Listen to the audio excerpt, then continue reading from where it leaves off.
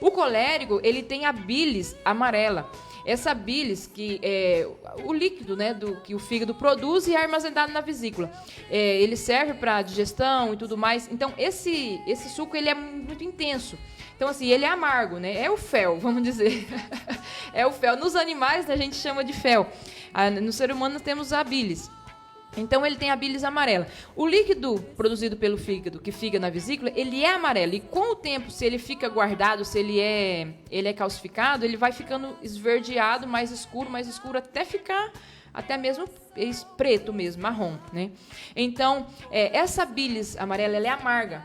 Ela produz, assim, sentimento maior de amargor, de guardar e de peso. Então, o colérico, o nosso fígado, ele está ligado a todo o metabolismo. Ele ativa hormônios e desativa, ele ativa os fármacos e desativa. Então, o fígado, ele estando funcionando bem, a saúde da pessoa é maravilhosa. Agora, se ele começar a ter problemas, claro que isso vai também estar ligado à alimentação, né? Mas, emocionalmente, se a pessoa não tiver não se conhecer, não se aceitar e não lidar com isso de uma forma bacana, junto com a alimentação, esse fígado não vai trabalhar bem.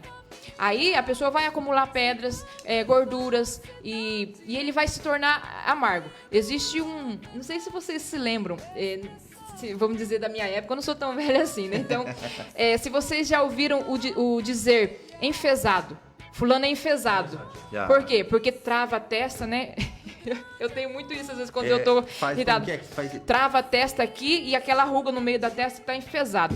Porque o que é o termo enfesado? Vem de fezes. É sério isso. Fezes. Vamos explicar aqui, né? Fezes que subiram para a cabeça. Que estragou o pensamento, a emoção, a pessoa não teve o controle e ficou emburrada. Ou seja, a pessoa descontrolada naquele momento. O fígado, ele retém muitas sujeiras. Se a gente não cuidar dele, ele vai tendo assim. Então, a pessoa que tem um temperamento colérico, ele precisa saber disso.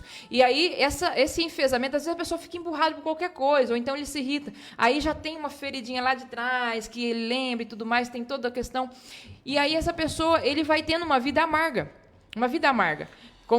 Porque o colérico, não te cortando, Maneirinho, mas colaborando, o colérico tudo dói mais nele, né? A expressão dele de ele estar enfesado porque... Ele gosta de segurar. Ele segura tudo. Ele segura muito. Então, assim, ele segura.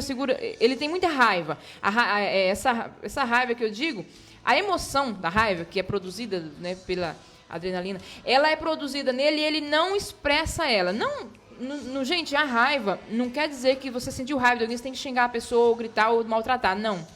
A raiva, ela veio para ser sentida. Ela é criada por Deus em nós. Para ser uma mola propulsora, para que a gente possa tomar decisão e ir para cima fazer as coisas.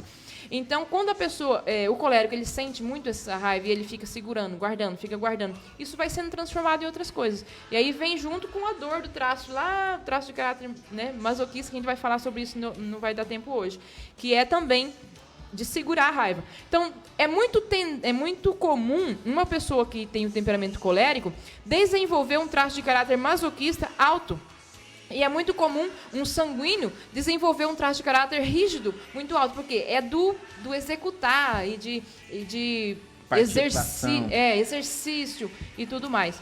E aí o colérico, se ele não for controlado pelo Espírito Santo, não for bem resolvido, não ter o autogoverno, ele vai ser uma pessoa desastrosa. Aí surgem muitos homicidas, surgem muitos pessoas violentas, né? Pessoas que prejudicam os demais, porque ele não tem controle, não tem o autogoverno. E aí, dentro da família, como que a gente pode falar disso? Todos nós temos desse temperamento. Talvez você possa ser uma mãe melancólica. E aí, você tinha 50% de temperamento melancólico e 50% sanguíneo. O teu filho, ele nasceu mais sanguíneo do que melancólico. Ele não herdou o melancólico teu. Aí ele herdou o colérico do pai dele. Talvez o pai dele era colérico sanguíneo, que é muito comum ter colérico sanguíneo, né? Metade. Aí ele herdou o colérico do pai dele, então ele vai ser mais parecido com o pai nesse sentido de temperamento do que com a mãe. E aí, às vezes, a mãe pode não compreender o filho e querer moldar esse filho a seu comportamento, para que ele seja como ela é. E ele não vai ser, vai trazer o quê? Conflitos, dores. Essa mãe não vai conseguir dar o amor que essa criança precisa, a criança não vai conseguir receber também. E essa mãe vai ficar se escabelando. Ah, porque meu filho é assim? Ah, porque meu filho é assado? E não é assim. A gente precisa aceitar a criança como ela é e aceitar nós como nós somos. Porque quando a gente não aceita a criança, já tá mostrando bem claramente que a gente não se aceita também. Né? Ou não aceita o outro. Por isso que surgiu aí uma geração de narcisistas. Pessoas que não concordam com... que não gosta de nada que confronta ele. Só ele tá certo e se agradar ele, beleza. Se não agradar, ele quer exterminar, ele vai contra. Não é só o narcisismo, os egoístas também, amantes de si mesmo, né? O narcisismo, sim, ele é um amante de si mesmo mas também. Mas ele ama tanto que ele isola todo o resto. Ele se ama tanto porque presta. ele acha que só o jeito dele ser que funciona. Então, a gente precisa cuidar com isso, porque Jesus não aprova isso. Né? Jesus, ele escolheu 12 discípulos, cada um com um temperamento, um traço diferente. Tu pode ver que ali no meio dos 12 tinha de tudo um pouco. Então, quem era colérico, falando em discípulos, quem era colérico? Justamente o apóstolo Paulo, que se diz apóstolo dos gentios, né? O apóstolo menor, era colérico. Então, perceba, tratar a fio de espada, levar as dores, eu trago as marcas das dores e tal. Justamente é uma ação do colérico isso. Guardar marcas, colecionar cicatrizes. Ser muito evidente toda a dor que ele já passou, ok? E justamente o temperamento daí controlado pelo Espírito Santo, essas marcas vão ser cicatrizes para lembranças boas. Vamos falar agora das forças, né? Agora eu falei só das fraquezas do colérico, coitado. Vamos lá. Mas nós temos que ir pro próximo bloco. Vamos falar rápido. Isso. O colérico, gente, eu preciso falar das forças do colérico, que é algo maravilhoso. Tem o ainda e o fleumático ainda. Tá, mas se não der tempo, a gente continua na próxima parte. O colérico, ele é aquela pessoa assim que ele é persistente, ele vai até o fim. Pode estar todo mundo desistindo, ele não desiste. Ele não desiste fácil, não larga o osso, não. Ele executa, tem que fazer, ele vai e faz. Ele é metódico e ele é um ótimo líder. Só que ele não é aquele líder como o sanguíneo, que motiva todo mundo, que anima. Ele é um líder que ele bota para executar e ele quer que seja bem feito, ele cobra as metas e ele não desiste. Então, ele é um líder diferente do sanguíneo. Se ele tiver um temperamento mesclado, colérico sanguíneo, aí, beleza, ele vai ser um líder ainda melhor. Justamente o sanguíneo, ele é um líder mais nato.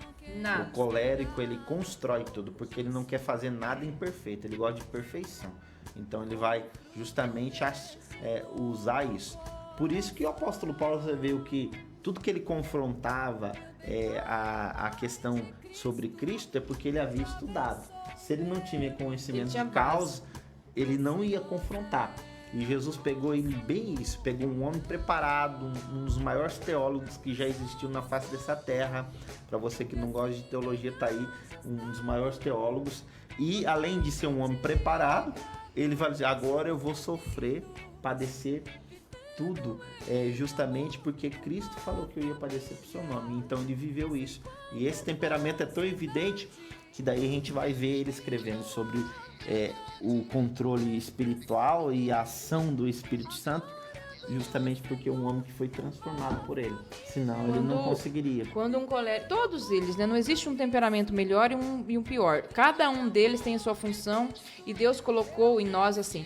Então, um colérico, quando ele é transformado pelo Espírito Santo, quando ele está no seu recurso em que Deus o criou, ele é fantástico. Ninguém segura.